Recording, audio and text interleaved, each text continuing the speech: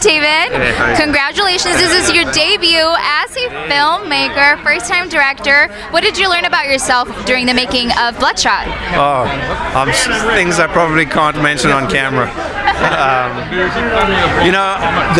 A lot of people ask you that question after you made a first film, and my answer still remains the same, that this is all I want to keep doing for the rest of my life. I loved it. Filmmaking is both arduous and incredibly fulfilling, but at the end of the day, I remember standing on a cliffside in Cape Town where I was born after we'd finished this film, and I was in tears, and I was sad it was all ending. It is like, filmmaking is like this addiction that you just can't get enough of, and once you've made one, you just want to make more. My DP reminded me of that every day, and it was just, like you just find what you want to do one day for the rest of your life, and this was it for me. That's so inspiring. What's some advice that you have for first-time filmmakers? I would say everything changes, so get ready to adapt. Like, filmmaking isn't, and I'm sure every aspiring filmmaker has heard this a million times, but it could not be more true that every day something goes wrong, or something changes, or something better presents itself, and you need to be ready to adapt to that, especially in the face, like even as technology changes, right? Sticking to the sort of the way things were done doesn't really work for me. I feel like any set I step onto, I feel like you should always challenge the status quo and the people that have been there, not in like an aggressive or argumentative way, but just to find like a way to sort of keep moving the medium forward. And because I think, it is difficult in an ever-changing environment, and and you need to sort of be light on your feet. I love that advice. Now, do you have a favorite scene that you shot during the film? Yes, there are many. Let me think of one right here. That scene at the end was pretty special, but I would say there was a scene with Guy Pearce and Vin that we shot on this fishing pier, where the sort of two of them are going at it towards the end of the film, and we didn't have a lot of time. We were losing light. Like I said, you have to sort of constantly adapt.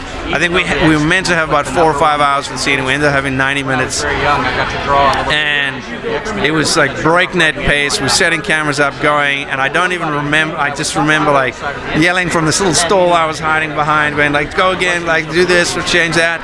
And then it wasn't even on that day. It was the next day in the cutting room when my editor had put it all together, because I had no idea what we had actually walked away with, and seeing the scene and being like, "Oh my God, it's amazing!" And just like Guy and Vin at their best, it was just a wonderful moment. Like walking away from that feeling as good as it did. That sounds so much fun. I can't wait to check it out. I got to add one other.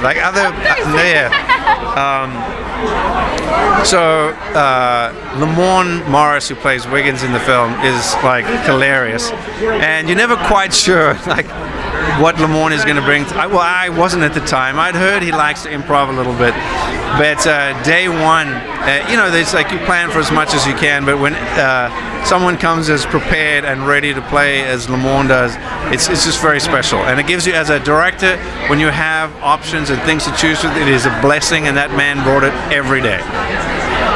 He's so talented, so I definitely can understand that. Now, did you have any great or favorite movies in the past year? In the past year? Last year I've watched nothing. I've just been sitting in a dark room making this movie.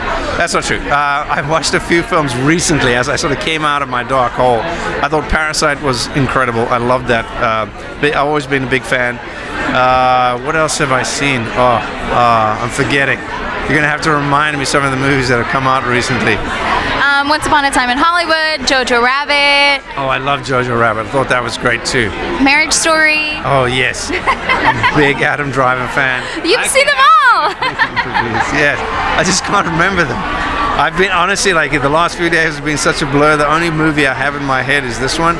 I'm actually looking, I have a stack of films I haven't watched, but more important, like books I haven't read. I'm a bit of a dork, so there's just a pile of books that have been lining up behind me for the last 3 years that I'm waiting to read. And what's the next book you're going to start? Sorry? What's the next book you're going to start? Oh, I need to reread this Daniel Suarez book called Delta V that I adore, that I may or may not have something to do with, but I need to reread. It's all about like the first team that goes out to mine a near-Earth asteroid. It's amazing. It sounds amazing. Well, congratulations, David.